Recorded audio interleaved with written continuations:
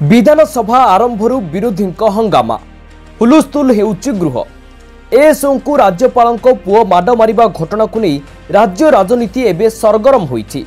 आउ राज्यपाल पुओं विरुद्ध में कार्यानुष्ठान नेबापाई दाबी करुछि बीजेडी।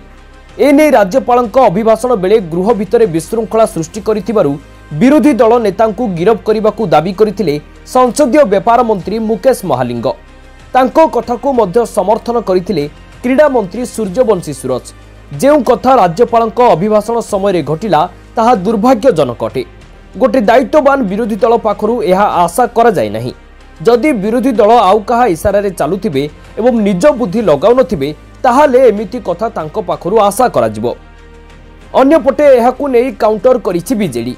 मंत्री जो बही को देखाई गिरफ्तारी कथा कहूतिले सेथिरे कोनोसी स्थान रे भी गिरफ शब्द नहीं। तेणु विधानसभा विवरणी मंत्री बयान हटाइबाकू दाबी करिसंती अरुण साहू। नचेत जदि साहस अछि ताहले नवीन को गिरफ करंतु बोली अरुण साहू कहिसंती। एने मध्य विरोधी दल मुख्य सचेतक प्रमिला मल्लिक मध्य एहाकू निंदा करिसंती।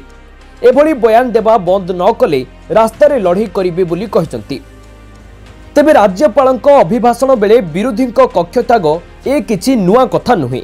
पूर्वरु बीजेडी सरकार बेले विरोधी बीजेपी एवं कांग्रेस अनेक थर कक्ष त्याग करिसंती। ना सेतेबेले गिरफ्तारी कथा उठिछि ना एक्शन निया जाइछि। हेले एबे संसदीय व्यापार मंत्री बयान आश्चर्य करिछि।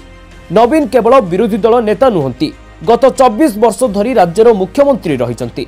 तेणु तांकू गिरफ करिबा पई विधानसभा रे कहिबा केते दूर ठीक एवं एहा आगुकू केउ मोड़ नेउछि ताहा देखिबाकू बाकी रहिला। ब्यूरो रिपोर्ट, दिनांक टीवी।